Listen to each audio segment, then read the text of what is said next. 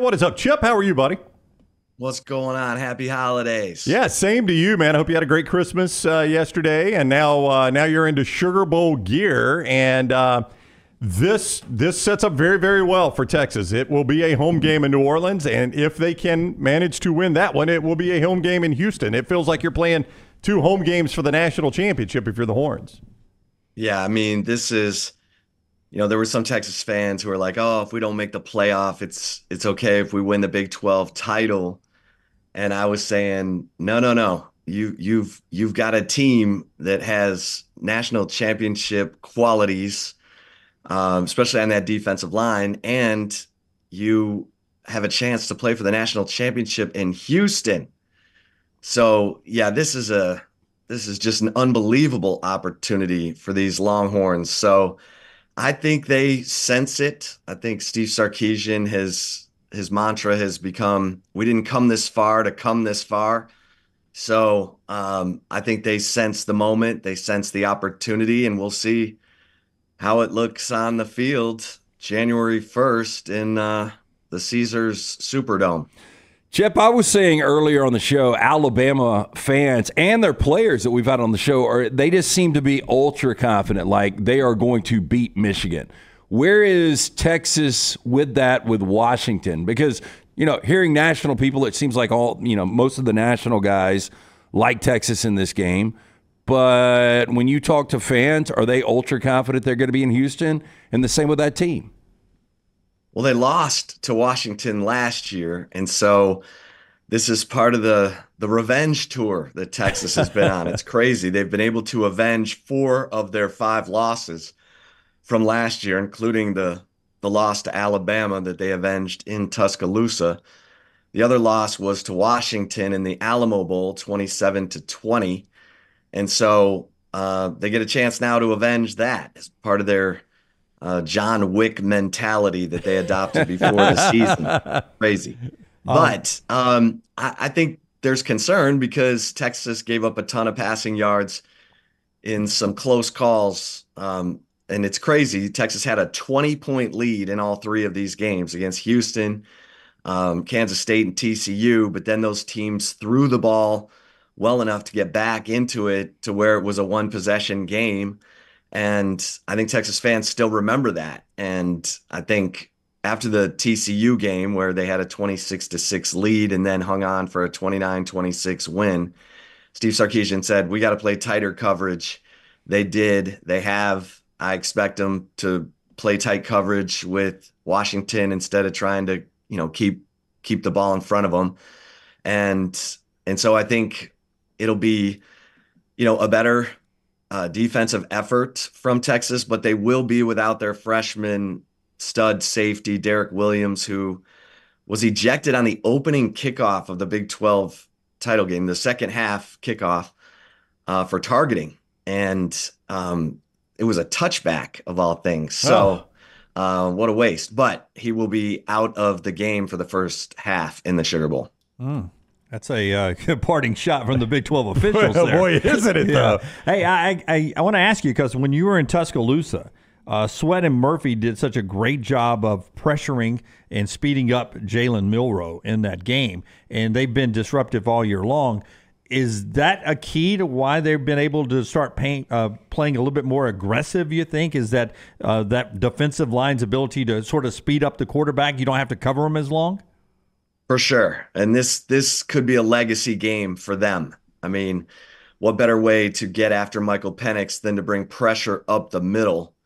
And that's something that Texas has been able to do thanks to, Byron Murphy's the better pass rusher of the two, Devondre Sweat the better run defender, but those guys cause havoc. I mean, they just do, and they have. And so this will be the matchup, the marquee matchup of this game, the Joe Moore award-winning Washington offensive line against Devondre Sweat and Byron Murphy, Barron Sorrell and Ethan Burke on that Texas defensive line. And, the winner of that matchup could be the winner of the game.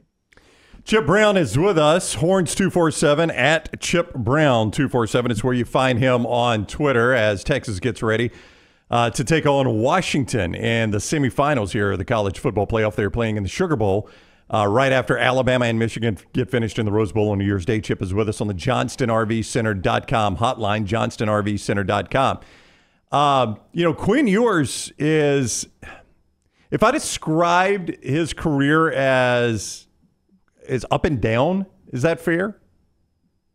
Well, I think he's grown. Yeah. Okay. I mean, he had the injuries. He got injured, obviously, against Alabama a year ago. He was tearing it up before that, though. I mean, he looked like a Heisman winner before that injury.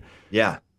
And then I think he hit those, the 3-high safety look, that 3-8 cloud defense that Iowa State sort of brought in. And he struggled some last year with that. This year, much better. And I think he's played his best in the biggest games, obviously against Alabama in the Big 12 title game. And he's been able to overcome mistakes within the game. Like against Oklahoma, he turned it over 3 times. It was terrible. And yet he completed 26 of his last 28 passes and completed 19 straight for a school record at one point in that game, and got his team the lead with 1:17 left after trailing, pretty much throughout that game. And then the defense tried to keep things in front of them and gave up a touchdown drive. So I think Quinn Ewers has shown a lot of self-awareness. He's improved in the areas where he was deficient and was playing his best football there at the end of, before this month-long hiatus. So I think he's shown improvement throughout this season. Chip, everybody's going to talk about the quarterback matchup with Ewers and obviously with Michael Penix Jr., but to me, C.J. Baxter for Texas, Dylan Johnson for Washington, to me it comes down to who can run the football better. Would you agree with that? Yeah, because last year, Texas didn't even try to establish the run in this game. They ran it 18 times for 51 yards. They tried to beat Washington at Washington's game because they didn't have Bijan Robinson and Roschon Johnson, who had both opted out of the bowl game. And so Texas was a shell of itself when it came to the running game. This year it has to be different. And with C.J. Baxter, with Jaden Blue, those two together have sort of been able to pick up the baton from Jonathan Brooks after the ACL tear against TCU, and the Texas offensive line has gotten better. So yeah, I agree. I think the running game has to be a big part of Texas's formula for success in this game because A, Washington has been up and down against the run, and B, you need to sustain drives to keep Michael Penix and that Washington offense off the field, which is something Texas was able to do against Kansas. I know people are like, Kansas? Well, Kansas has, a pretty unique offense. It's kind of a triple option offense, and Texas didn't let them on the field. Texas had the ball 40 minutes, blew them out. That same Kansas team that beat Oklahoma. So it's a big part of Texas's formula for success for sure. And I think Texas should win that battle. Texas should win the battle on the ground. Obviously, you got to take care of Washington first, but if you could pick the brain of every Texas fan, you think the majority want a game against Michigan for the title or a second shot at Alabama after beating them earlier in Tuscaloosa? Do you think it matters to them, or would you think they'd rather play Michigan? Well, I think, most Texas fans think it's probably hard to beat a team twice in the same season. So I think they would probably say, give us Michigan. Plus, Michigan loves to run the football. Jalen Milroe, people don't understand how well he's throwing the deep ball. I mean, I think I got some numbers here, but it's ridiculous. He's got like 16 touchdowns and 1 interception on passes 20+ this year. And he's got a better deep ball percentage than Michael Penix. So, that's Alabama's been playing really good football. I mean, obviously, Texas fans are still thanking Alabama for the disaster in the past year, or whatever Auburn fans are calling 4th and 31.